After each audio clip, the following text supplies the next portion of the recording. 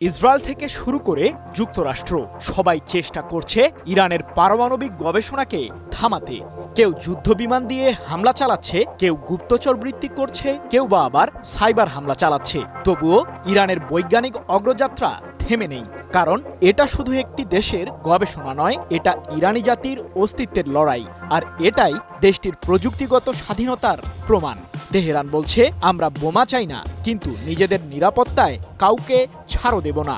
এটি হলো ইরানের মূল বার্তা, যা এখন আন্তর্জাতিক পরিসরে আরও স্পষ্ট হয়ে উঠেছে।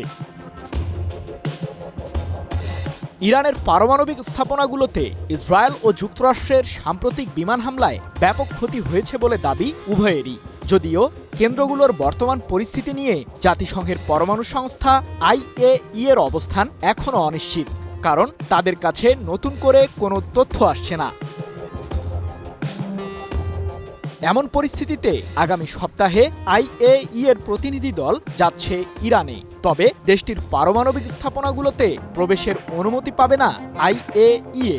এ প্রসঙ্গে ইরানের পার্লামেন্টের জাতীয় নিরাপত্তা ও বৈদেশিক নীতি কমিটির প্রধান ইব্রাহিম আজিজি বলেন, পার্লামেন্ট কর্তৃক পাশ হওয়া আইন অনুসারে ইরান কোনো পরিস্থিতিতেই তার পারমাণবিক স্থাপনাগুলোতে IAEA এর প্রবেশাধিকার দেবে না। এমনকি বিদেশি অন্য কোনো সংস্থার পরিদর্শকরা আমাদের পারমাণবিক স্থাপনায় উপস্থিত থাকতে পারবে না। ইরানের এই আইন প্রণেতার বরাতে 4 আগস্ট বিষয়টি নিশ্চিত করেছে ইরানের রাষ্ট্রীয় সম্প্রচার মাধ্যম প্রেস টিভি।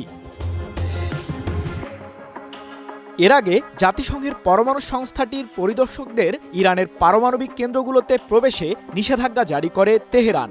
এ নিয়ে 25 জুন দেশটির পার্লামেন্টে একটি আইন পাশ করে ইরান।